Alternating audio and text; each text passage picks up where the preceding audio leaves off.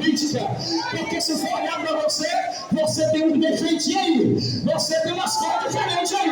E alguém dizia, eu não investia nele. Eu não investia nela. Eu não cuidava dele. Mas não foi você que plantou. Quem plantou foi Deus. Foi Deus que plantou essa pessoa aí. Então, irmão, segura a mão levantada. Pode levantar. Deixa eu dizer para você. Não deixa ninguém te arrancar por causa de fofoca, não. Quem te plantou foi Deus. Deixa esse caminhador passar vergonha. Quem te plantou foi Deus. Eu estou sentindo Jesus aqui.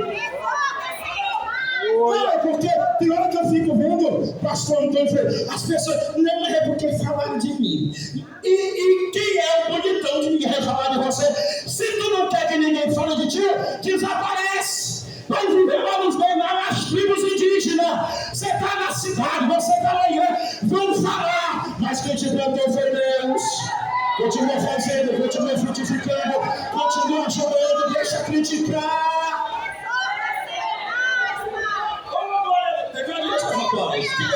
Deixa Deus te usar, vem comigo. Glória a Deus. Aleluia. Coisa linda é ser diferente no meio dos iguais. Olha só, essa figueira não é uma diferente no meio das diferentes. Também não é uma igual no meio das iguais. Missionária, isso aqui é interessante. Se ela fosse uma igual no meio das iguais, era só mais um pé de uva. Se ela fosse uma diferente no meio das diferentes, era uma parreira, uma oliveira, uma figueira. Mas não, era uma diferente no meio das iguais. Todos são iguais, mas eu vou ser diferente. Não se assuste, porque é desse jeito que Deus trabalha. Iguais não fazem a diferença. É gente diferente que se destaca no meio dos iguais. E eu gosto disso, sabe por quê? Porque Deus está procurando a gente diferente dele. Esses dias eu estava lendo a Bíblia e eu fiquei chocado com aquela história lá quando Paulo, no meio daquele navio, foi parar lá naquela ilha de Malta. Pastor Antônio Freitas, isso aqui é interessante porque diz que quando eles chegaram lá na ilha, estava chovendo. Era inverno, chuva forte, e o navio se arrebentou todo naquela tempestade. Quando eles chegaram na ilha, acenderam uma fogueira no meio da chuva. Deixa eu fazer uma pergunta. Tu já viu alguém acender fogueira no meio da chuva, irmão? Hein? Pergunta pro teu vizinho, tu já viu um negócio desse? Vai, pergunta aí, tu já viu isso? Alguém acendeu fogueira no meio da chuva? Pois a Bíblia diz que o Paulo se juntou mais os bárbaros e acendeu uma fogueira no meio da chuva. Agora, acender fogueira no verão, a lenha seca é fácil. Agora, acender fogueira chovendo, só para quem é diferente. E eu quero dizer para vocês, estão dizendo aí, ano de 2026, é ano difícil de se firmar, é ano de eleição, quando chegou a hora de acender a fogueira no meio dessa confusão toda. Ano de Copa do Mundo, olha aí um povo que acende a fogueira no meio, é isso que eu estou dizendo. Deus está levantando uma geração diferente. Glória a Deus. Glória a Deus. O ambiente não proporciona fogo aceso, mas eu vou acender a fogueira. O ambiente não é de adoração, mas eu vou adorar. Aqui que está, você que decide. Se for esperar o clima ficar bom, não vai ter adorador. O adorador de verdade diz: eu vou adorar, porque a graça me alcançou.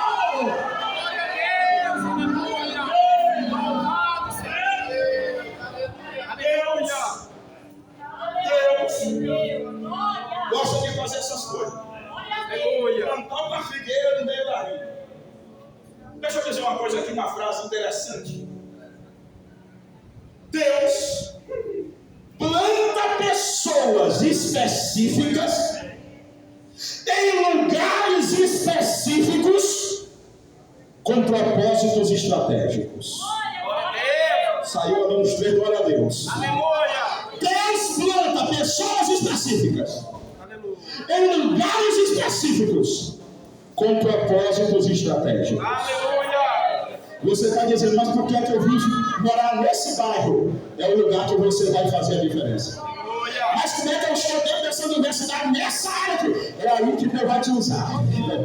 É aí que Deus vai te usar. Nessa empresa, Deus te colocou na empresa certa. Você fica pedindo para Deus, Senhor, me tira daqui. E a pergunta é, Senhor, quando vai me tirar daqui? A pergunta de Deus é, quando é que você vai fazer a diferença onde você está?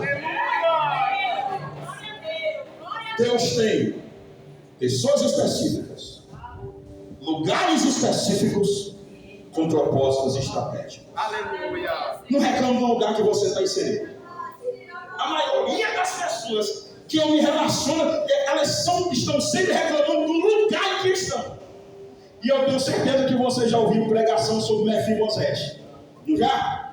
Que geralmente, e eu já mudei de congregação, já trabalhei em região de campo missionário, geralmente eu vejo assim, os companheiros, somente quem diz trabalho? Eita, que eu estou em Lodebar. É que esse campo que eu estou trabalhando é Lodebar, é um lugar de frio. Tenho certeza que você já viu. A gente canta falando mal de Lodebar. A gente prega falando mal de Lodebar. Até que um dia eu estava lendo a palavra e o Espírito Santo disse assim, filho, não fale mal de Lodebar. Por que, Senhor? Porque Lodebar foi a terra que eu escolhi para proteger Mefibosete. Todo mundo fala mal de lá, mas se não fosse aquele lugar ali, um príncipe estava morto. Então não reclame. Deus te colocou lá, faça a diferença onde você está inserido. Uma segunda coisa que eu quero chamar a sua atenção aqui é um investimento. Porque o dono de uma plantação, ele fazia primeiro uma cerca, colocava uma torre no meio da plantação, pagava pessoas para cuidar da plantação, investia tirando as pedras do terreno, pagava altos custos com o adubo para que a plantação estivesse boa. E eu estava pensando aqui, olha o quanto Deus gosta de investir em quem ninguém quer investir. Glória a Deus. Agora eu vou voltar lá para o texto de Miqueias, capítulo 6. E talvez você esteja dizendo, o pregador não está no texto que é tema. Porque o capítulo 6 mostra exatamente Deus investindo na figueira e a figueira não valorizando. Por isso é que no capítulo 6 Deus chama o povo para um julgamento. Coloca Israel no banco dos réus e chama como testemunha, capítulo 6, versículo 2, os montes para servir de testemunha. Olha que coisa estranha. Por que Deus chamou os montes para servir de testemunha? Porque foram os montes e as montanhas que foram testemunha do pacto que Deus fez com Israel lá no Monte Sinai.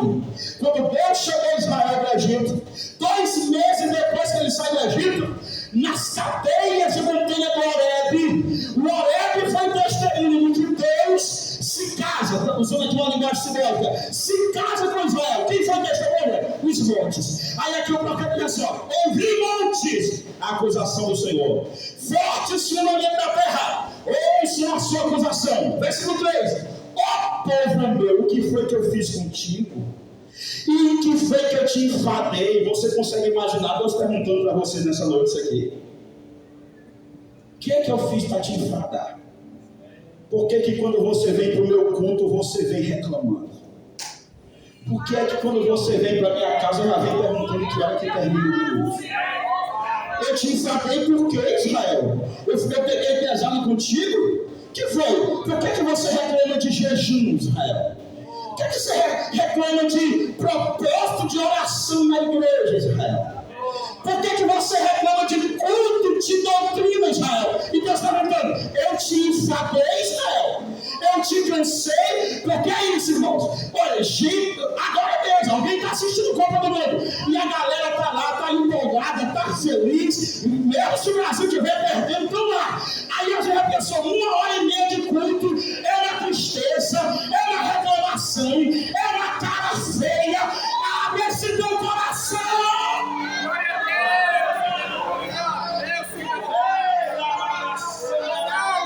Eu te enfadei, Israel. Escola bíblica para ti é ruim, Israel. Ei, eu fico vendo quando é para a gente passar em concurso. E eu estou falando de alguém que também gosta de estudar. Ontem eu fiquei inspirado vendo o senhor falando aquelas palavras bonitas. Eu digo, eu quero estudar mais. Mas quando eu fazia filosofia, eu chegava a estudar 6, 7 horas por dia. Lendo Nietzsche, lendo Karl Marx, coisa brava, meu irmão. Lendo Sartre, lendo os livros de quem quer. E eu ficava 7 horas, 6 horas sem parar lendo livros. E hoje a gente fica vendo a pessoa para passar no concurso, vira a noite estudando. É assim ou não é?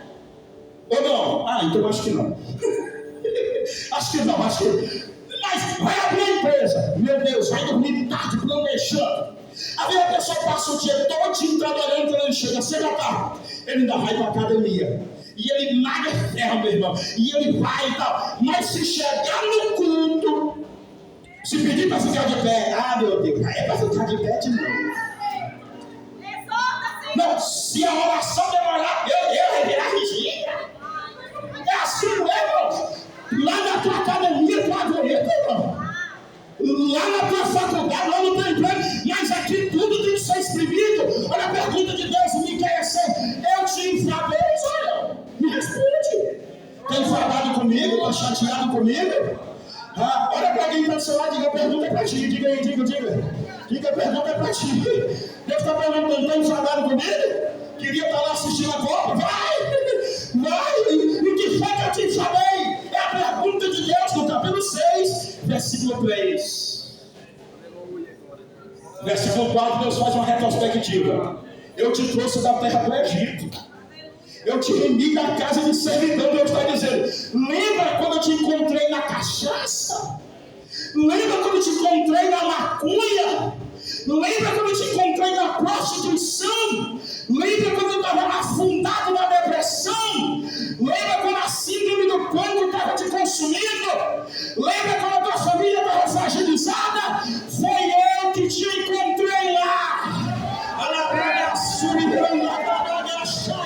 O Espírito de Deus me diz assim: traz a memória.